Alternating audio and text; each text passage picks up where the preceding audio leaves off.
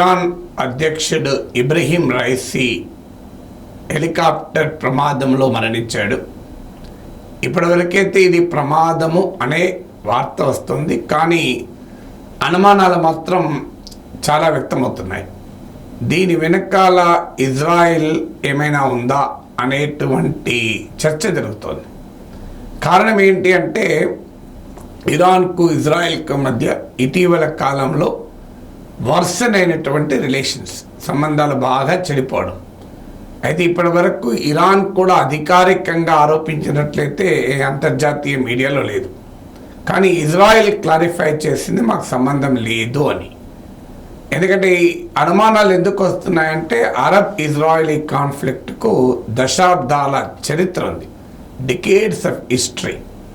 అనేక Arab దేశాలపైన Israel దాడి చేసింది. ఇజ్రాయెల్ ఎగ్జిస్టెన్స్ను చాలా అరబ్ దేశాలు చాలా కాలం అంగీకరించలేదు. ఇప్పటికీ కూడా ఇజ్రాయెల్ ఎగ్జిస్టెన్స్ను చాలా కొన్ని అరబ్ సంస్థలు దేశాలు గుర్తించవు, అందులో హమాస్ ఒకటి. సో అందువల్ల ఈ అరబ్ ఇజ్రాయలీ కాన్ఫ్లిక్ట్కున్న హిస్టారికల్ బ్యాక్గ్రౌండ్కు వల్ల ఇదొక కారణం. రెండవ కారణం ఏంటి అంటే ఇజ్రాయిల్కు వ్యతిరేకంగా ఇరాన్ చాలా కాలంగా తన ప్రాక్సీస్తో కొట్లాడుతోంది. లెబనాన్లో హిజ్బుల్లాకు, గాజాలో హమస్కు, అలాగే యమన్లో హూతీ తిరుగుబాటుదారులకు ఇరాన్ మద్దతు ఇస్తూ వచ్చింది. సో ఇరాన్కు ఇజ్రాయెల్కు మధ్య ఉన్న ఈ ప్రాక్సీ వార్ అనేక రూపాల్లో గత కొన్ని దశాబ్దాలుగా ప్లే అవుతూ వచ్చింది. ఇరాన్లో అణుశాస్త్రవేత్తల మరణాల వెనుక ఇజ్రాయెల్ ఉంది అన్న అనుమానాలు వ్యక్తమయ్యాయి. సో అందువల్ల ఇరాన్ ఇజ్రాయెల్ మధ్య ఉన్న ప్రాక్సీ కాన్ఫ్లిక్ట్ కూడా ఒక కారణం. మూడవది, ఇటీవల ఇజ్రాయెల్ గాజా వార్ జరుగుతున్న సమయంలో ఇరాన్ మాత్రం చాలా వోకల్ సపోర్టర్గా ముందుకొచ్చింది హమాస్కు. చాలా అరబ్ దేశాలు హమాస్కు ఆ స్థాయిలో బహిరంగంగా మద్దతు ఇవ్వలే. పాలస్తీనా కాజ్ను సమర్థించేటువంటి దేశాలు కూడా మౌనంగా ఉన్నాయి. Saudi Arabia, United Arab Emirates, ఇలా చాలా దేశాలు, ఈజిప్టు ఓవరాల్గా మౌనంగా ఉన్నాయి. కాదంటే మధ్యవర్తిత్వాన్ని జరిపే ఈజిప్టు, ఖతార్, ఇజ్రాయిల్, హమాస్ల మధ్య సంధి కుదుర్చడానికి ప్రయత్నం చేశాయి. కానీ ఇరాన్ ఒక్కటే బహిరంగంగా హమాస్కు సపోర్ట్ చేసింది, హమాస్కు అండగా నిలిచింది. అందువల్ల ఇజ్రాయిల్ హమాస్ల మధ్య జరిగిన వార్లో క్లియర్గా ఇరాన్ ఒక స్టాండ్ తీసుకొని హమాస్కు మద్దతు ఇచ్చింది. ఇరాన్ మద్దతుదారులైన లెబనాన్లోని హిజ్బుల్లా, అలాగే యమన్లోని హూతీలు బహిరంగంగానే హమాస్కు మద్దతుగా యాక్షన్లోకి వచ్చారు. లెబనాన్, హిజ్బుల్లా, ఇజ్రాయెల్కు మధ్య సాయుధ ఘర్షణలు జరిగాయి. హూతీ తిరుగుబాటుదారులు రెడ్ సీలో ఇజ్రాయెల్ వర్తక నౌకల్ని, మర్చెంట్ షిప్స్ను అటాక్ చేశారు. అసలు ఇతర దేశాల వర్తక షిప్లు, మర్చెంట్ షిప్స్ పై కూడా హూతీస్ తిరుగుబాటుదారులు అటాక్ చేశారు. అందువల్ల హమాస్ ఇజ్రాయెల్ల మధ్య జరుగుతున్న వార్లో ఇరాన్ కూడా ఒక రకంగా ప్రత్యక్ష భాగస్వామి, direct participate.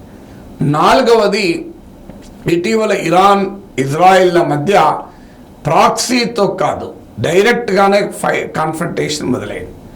Israel Damascus, Syria రాజధాని, సిరియా ఇరాన్ అనుకూల ప్రభుత్వం అక్కడ ఉంది, బషర్ అల్ అసద్ ప్రభుత్వం. సిరియాలో డమాస్కస్, సిరియా రాజధాని డమాస్కస్లో ఇరాన్ రాయబార కార్యాలయంపై జరిగిన దాడిలో ఇరాన్ సీనియర్ జనరల్స్ మరణించారు. ఇది ఇజ్రాయెల్ పని అని ఇరాన్ ఆరోపించింది, మాకు సంబంధం లేదని ఇజ్రాయెల్ వాదించింది. కానీ ఇరాన్ అంగీకరించలేదు, ప్రతీకారం తీర్చుకుంటామని ప్రకటించినట్టుగానే ఇజ్రాయెల్ పైన మిసైల్స్తో, డ్రోన్లతో విరుచుకుపడింది. అమెరికా సాయంతో, యూకే సాయంతో ఇజ్రాయెల్ ఈ మిసైల్స్ను, ఈ డ్రోన్లను ఇంటర్సెప్ట్ చేసింది. ప్రాణ నష్టం కానీ ఆస్తి నష్టం కానీ జరగలేదు. కానీ ఇజ్రాయెల్ కూడా రిటాలియేట్ చేసింది, అమెరికా వారించినా వినకుండా. ఈ రిటాలియేషన్ కూడా ఇరాన్లోని న్యూక్లియర్ ఫెసిలిటీస్ ఉన్నటువంటి సిటీ పైన జరిపింది. దానివల్ల ప్రాణ నష్టం జరగలేదు, అణు నష్టం కూడా జరగలేదు. కానీ ఇరాన్ దాన్ని చాలా సీరియస్గా తీసుకోవాలి లెక్క ప్రకారం. పైకి మాత్రం అసలు ఇది కేరేజ్ కాదు, it is just like a toy అని చెప్పారు. కానీ బట్ డెఫినెట్గా ఇరాన్లో అంతర్గతంగా డెఫినెట్గా దానిపైన వ్యతిరేకత ఉంటుంది. ఐదవది, ఈ ఇరాన్ ఇజ్రాయలీ కాన్ఫ్లిక్ట్ ఒక హయ్యర్ స్టేజ్కి వెళ్ళి న్యూక్లియర్ కాన్ఫ్లిక్ట్గా దారి తీస్తుందన్న అనుమానం కలుగుతున్న నేపథ్యం. ఇజ్రాయెల్ అమెరికా సాయంతో ఇప్పటికే న్యూక్లియర్ పవర్, ఇరాన్ కూడా అన్డిక్లేర్డ్ న్యూక్లియర్ పవర్. ఈ రెండు కూడా డిఫాక్టో న్యూక్లియర్ పవర్స్. ఒబామా కాలంలో ఇరాన్తో అనొప్పందం చేసుకుంది అమెరికా. ఇరాన్ అణుబాంబు కార్యక్రమాన్ని నియంత్రించడానికి. ట్రంప్ వచ్చాక ఏకపక్షంగా ఈ న్యూక్లియర్ డీల్ నుంచి విరమించుకున్నారు 2018లో. సో ఇప్పుడు అమెరికా ఇరాన్ల మధ్య పచ్చగడ్డి వేస్తే బగ్గుమంటుంది. సో ఇరాన్ ఇటీవల ప్రకటించింది, మా న్యూక్లియర్ ఆప్షన్ రీవిజిట్ చేసుకోవటానికి కూడా మేము వెనకాడము, మేము మా దేశ ఎగ్జిస్టెన్స్ ప్రమాదంలో పడినప్పుడు అని పేర్కొన్నారు. ఇక ఆరవది, పొరుగునున్న ఆర్మేనియాకు అజర్బైజాన్కు మధ్య చాలా కాలంగా నగోర్నో కరాబాఖ్ కోసం యుద్ధం జరుగుతుంది. నేను దీనిపైన సెపరేట్గా కూడా గతంలో వీడియోలు చేశాను, మీరు చూసుంటారు.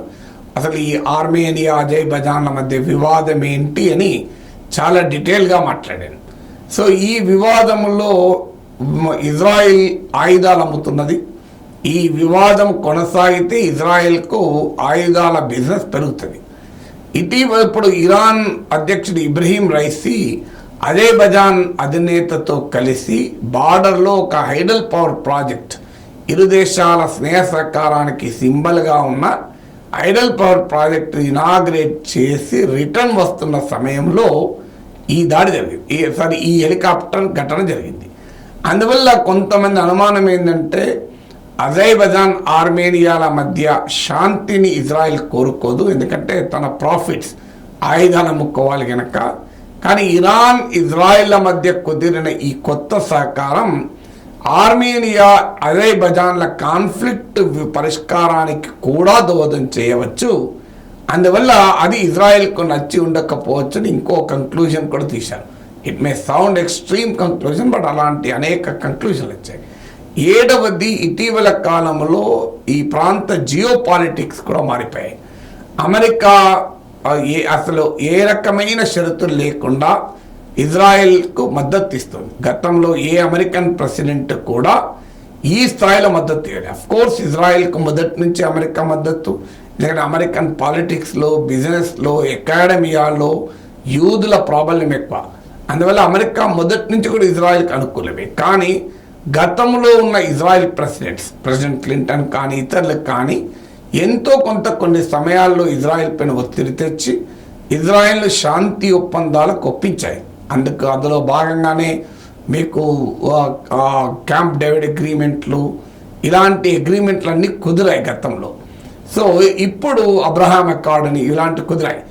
కానీ ఇప్పుడు బైడెన్ అసలు ఏ రకమైన షరతులు లేకుండా ఇజ్రాయెల్కు మద్దతు ఇస్తున్నాడు. అమెరికాకు ఇరాన్ ప్రత్యర్థి దేశం, అమెరికా మిత్ర దేశం సౌదీ అరేబియా. ఇరాన్లు సౌదీ అరేబియాలకు పడవు. ఇరాన్ షియా స్టేట్, సౌదీ అరేబియా సున్నీ స్టేట్. కానీ ఇటీవల చైనా మధ్యవర్తిత్వంతో ఇరాన్ సౌదీ అరేబియాల మధ్య ఒప్పందం కుదిరింది. సౌదీ అరేబియా ఇరాన్ల ఒప్పందం డెఫినెట్గా ఇజ్రాయెల్కి ఇష్టం ఉండదు, ఎందుకంటే అరబ్ దేశాల మధ్య డిస్యూనిటీ, అనైక్యతను ఇజ్రాయెల్ కోరుకుంటుంది. అందులో స్ట్రక్చరల్ డిస్యూనిటీ ఇది, అంటే వ్యవస్థాగతమైన అనైక్యత. ఇరాన్ షియా దేశము, సౌదీ అరేబియా సున్నీ దేశము. అందువల్ల ఈ రెండు దేశాలకు పడదు. కానీ రెండు దేశాలు చైనా నాయక ఆధ్వర్యంలో బీజింగ్లో శాంతి ఒప్పందంపై సంతకం చేశాయి. డెఫినెట్లీ అది ఇజ్రాయెల్కు రుచించదు. సో అందువల్ల ఇలాంటి అనేక పరిణామాల నేపథ్యంలో ఈ ఇబ్రహీం రైసీ ఈ హెలికాప్టర్ ఘటనలో మరణించారు. అందువల్ల గతంలో ఇజ్రాయెల్ ఇంటెలిజెన్స్ ఏజెన్సీ ఇరాన్లో అనేక రహస్య ఆపరేషన్స్ జరిపిన చరిత్ర ఉంది. ఇరాన్లోనే కాదు, అనేక ఇతర అరబ్ దేశాల్లో కూడా ఇజ్రాయెల్, అమెరికా సిఐఏ తర్వాత ఇజ్రాయెల్ గూఢాచార సంస్థ కార్యకలాపాలు చాలా వివాదాస్పదం.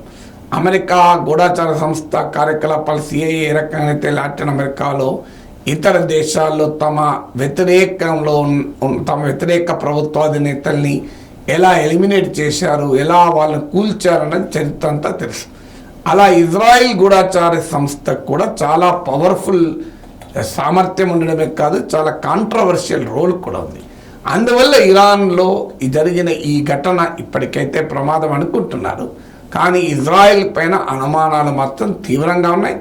ఈ అనుమానాలు ఉన్నాయి కనుకనే ఇజ్రాయెల్ అధికారికంగా ప్రకటించింది మాకు సంబంధం లేదు అని.